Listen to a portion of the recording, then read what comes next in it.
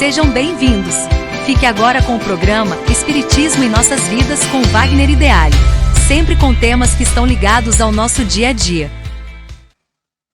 Olá pessoal, sejam todos bem-vindos ao nosso programa Espiritismo em Nossas Vidas e dando continuidade ao nosso curso de Joana de Ângeles. Nós estamos indo para a 12ª lição, que hoje nós vamos tratar de um assunto muito interessante, que são os arquétipos. Os arquétipos são estruturas psíquicas que estão lá no profundo do nosso inconsciente, né? Nosso inconsciente profundo, nosso inconsciente coletivo, como nos ensina Jung, e vamos entender um pouquinho o que vem a ser o arquétipo. O arquétipo é uma palavra grega que significa arque, né? Primeiro, o tipon, que significa marca, cunho. Não são modelos primordiais. São estruturas psíquicas que a gente vai vivenciando em determinadas situações e monta dentro de nós uma ideia sobre aquilo. Então, Platão acreditava numa realidade autônoma por trás do mundo dos sentidos. Essa realidade lhe deu o nome do mundo das ideias. Nele estão as imagens padrão. Pois é. Por quê? Porque cada pessoa, se você perguntar para uma pessoa sobre pai e mãe, ela vai ter uma ideia. O outro um pouquinho diferente. O outro, se vou falar sobre um determinado assunto, ele já tem uma concepção sobre aquilo, uma ideia sobre aquilo, e o outro um pouquinho diferente. São valores que nós vamos adquirindo. Para Jung, arquétipo é uma espécie de imagem a priorística incrustada profundamente no inconsciente coletivo da humanidade, refletindo-se, projetando-se em diversos aspectos da vida humana. Segundo os lúcidos acertos da Joana de Ângeles, a palavra arquétipo se origina do grego, tal, aquela coisa toda, e facultando a identificação da criatura humana, existe como herança, como parte integrante do seu processo de evolução. Então, esses modelos são heranças de outras encarnações. Compreendendo assim, segundo o nosso insuperável mestre lyonês, Allan Kardec, ser muito antigo o espírito vinculado ao corpo de uma criança que nasce e traz, encarnando para a vida corporal as imperfeições de que não se tenha despojado em precedentes existências. Está aí os arquétipos. Quando você aprende no Espiritismo, mas isso aqui, esse comportamento dele, é um comportamento que ele traz de outras vidas, onde ele fez alguma coisa errada. Então, esse comportamento ele montou, ele tem um modelo, e esse modelo, a psicologia vai chamar isso de arquétipo. Então, vamos lá, compreendendo assim, segundo o nosso insuperável mestre lyonês, ser muito antigo, espírito vinculado ao corpo de uma criança que nasce e traz, reencarnando para a vida corporal, as imperfeições de que não se tenha despojado em suas precedentes existências.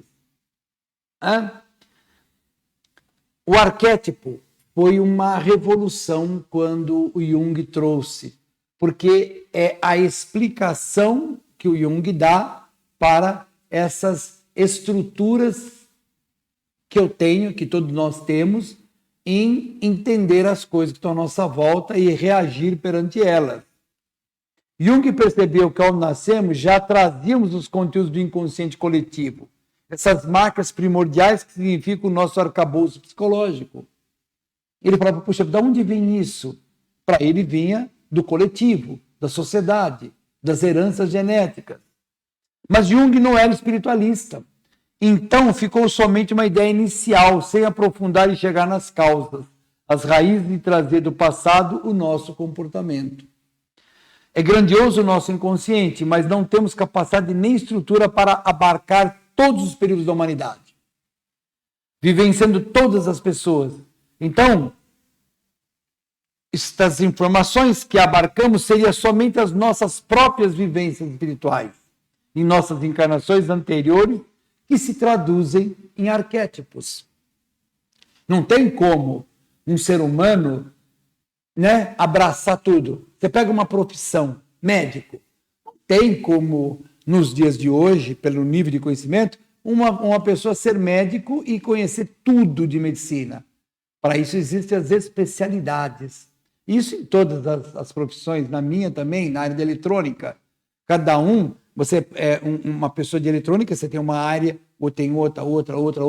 É muito complexo você abarcar tudo. Então, a Joana vai nos mostrar que o nosso inconsciente vai guardando tudo aquilo que nós vamos aprendendo. Agora, vocês imaginam um espírito como o nosso Jesus, nosso Mestre Jesus. Vocês imaginam a estrutura que tem dentro dele de conhecimento e de aprendizado aos longos dos milhões e milhões de anos que esse espírito evoluiu. Por isso, ele veio há 2000 anos e fez aquelas maravilhas, porque aquilo tudo já é uma conquista desse espírito.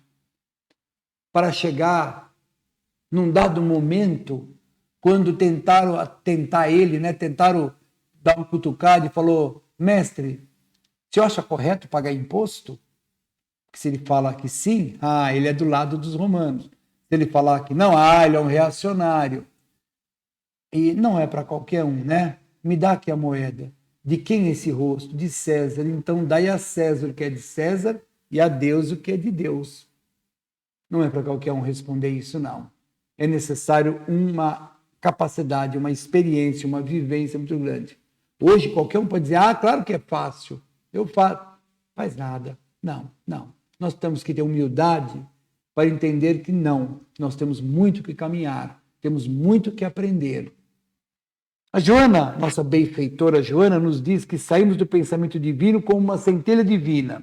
Somos uma criação divina. E esse impulso inicial da divindade é para que cada um de nós se torne plenos. Né? Então, essa centelha divina que nós temos dentro de nós é justamente o self, que é um arquétipo. Em pleno exerçamos a plenitude de nossas características, e por isso mesmo que temos o primeiro arquétipo, o arquétipo primordial, que é o self. Então, na linguagem literária de Joana, ouvimos o arquétipo, o self, esse self ao mesmo tempo, que é a totalidade do ser, ele também é o impulso para a nossa plenitude. Muito maravilhoso isso, né? É uma coisa assim espetacular. Essa fagulha, essa centelha divina que em algum momento quando nós nos tornamos espíritos, não sei quando isso aconteceu, nós temos lá dentro de nós algo que foi sendo construído, que é o self, que é o Deus dentro de nós. Mas, ao mesmo tempo, esse self, vamos usar uma palavra bem popular, ele controla toda a nossa psique. Ele é nós. Nós somos o self, mas nós somos a parte que quer evoluir. O self é aquela parte que precisa evoluir, que está ligada direto a Deus para uma conquista profunda da alma. O ego é um outro elemento que está dentro desse contexto, mas ele tem uma ligação mais física, mais do mundo físico. Também vimos no Livro dos Espíritos que devemos nos tornar almas puras, espíritos perfeitos, caminhar pela plenitude, isso é o impulso inicial do self. O self vai sempre nos levar a isso. Mas tem muita gente que não quer evoluir, tem muita gente que não está nesse papo de evolução. Essas pessoas não acordaram ainda. O self está lá dentro, trabalhando.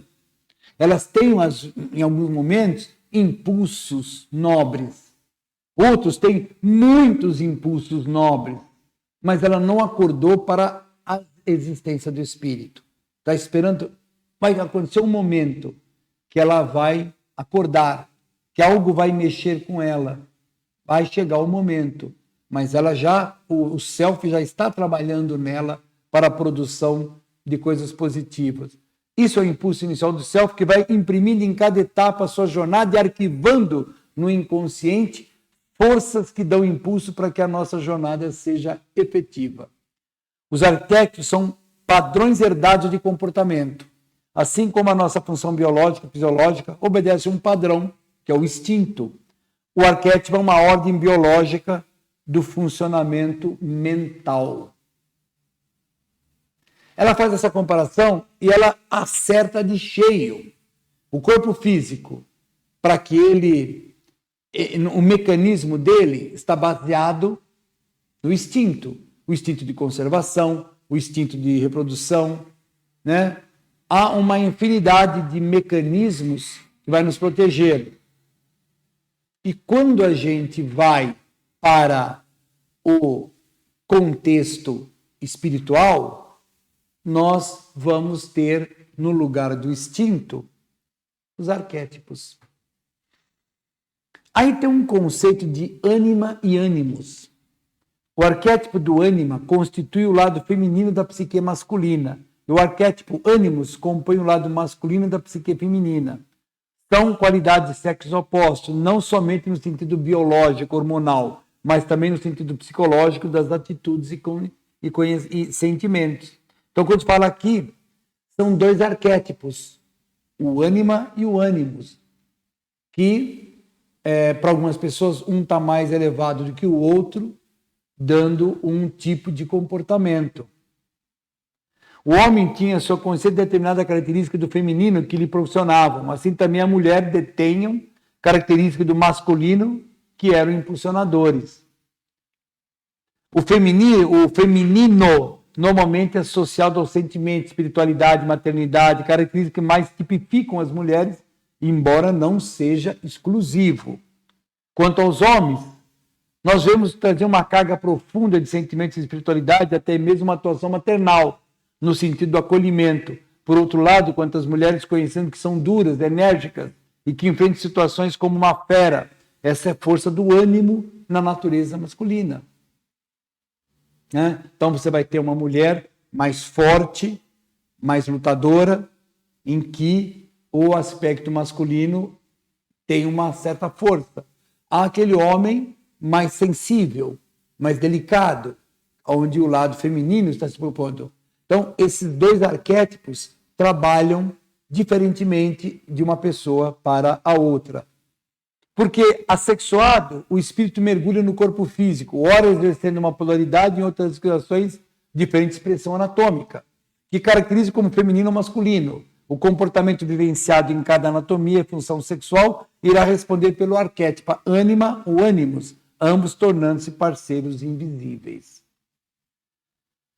O processo de reencarnação explica a presença dos arquétipos, que o Jung não conseguia entender. Ele entendia que existia, estava ali uma infinidade de conquistas, de conhecimentos, de vivências automáticas, mas a encarnação vai explicar. Por quê? Porque eu adquiro numa vida, na outra, e eu vou montando um arquétipo de alguma coisa dentro de mim, uma estrutura, outra e outra, e essas estruturas formam a minha forma formam o meu jeito de enxergar a vida. Por que andais ansioso quanto ao que comer e ao vestir, nos alerta Jesus. Trouxe então o comportamento da criatura humana que se comporta de forma ansiosa, falava também dos direcionamentos dos tesouros internos que deviam buscar, primeiro o reino de Deus e depois o resto. Porque arquétipos que nós temos nos faz pensar primeiro no mundo físico, na solução das necessidades imediatas. E Jesus vem nos falar que nós temos que transcender a isso, buscar primeiro o reino de Deus, dar vazão primeiro àquele arquétipo maior, primordial, que é o self. Mas tudo isso é uma conquista, tudo isso é uma luta constante de aprendizado, de despertamento, de despertar. E nesse despertar é que vamos começando a jogar, vamos dizer assim, não dar tanta atenção para determinados contextos que não são tão importantes nas nossas vidas e exaltar outros que durante muitas encarnações não foi importante, foi até supérfluo e agora é importante, que é os ensinos do Cristo, a vivência da doutrina do Cristo.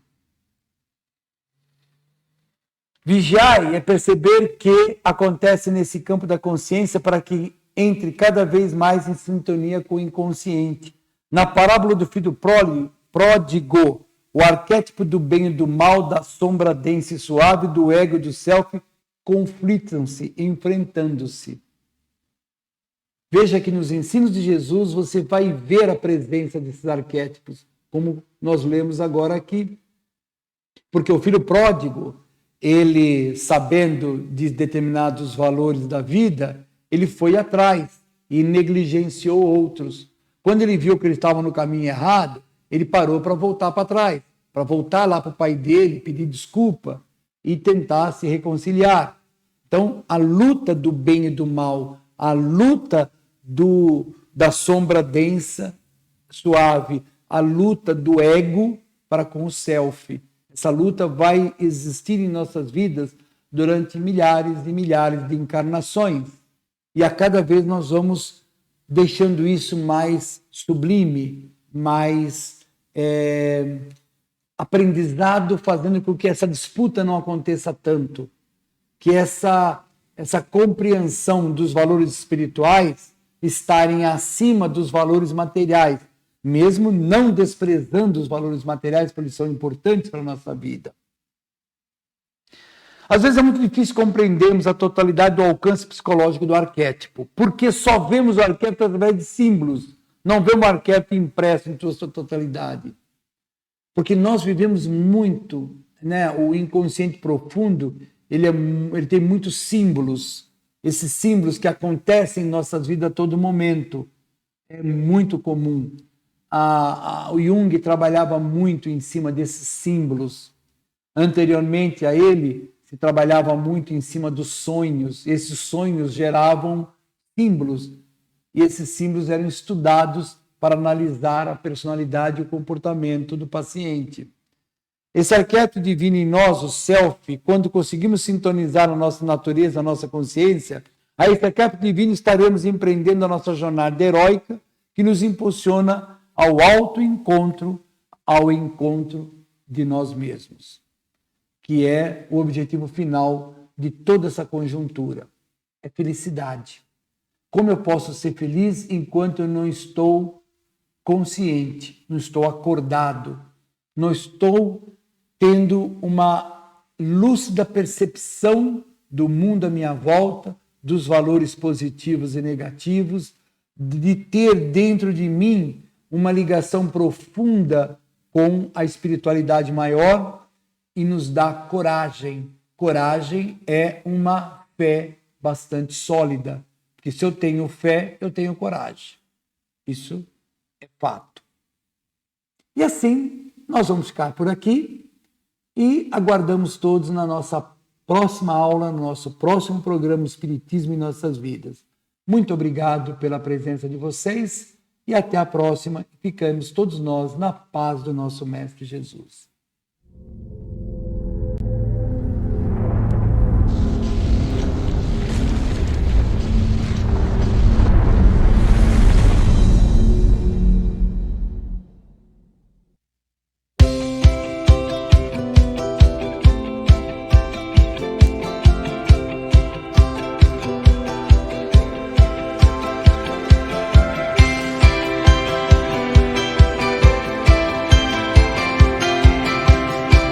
Você assistiu o programa Espiritismo em Nossas Vidas, com Wagner Ideale.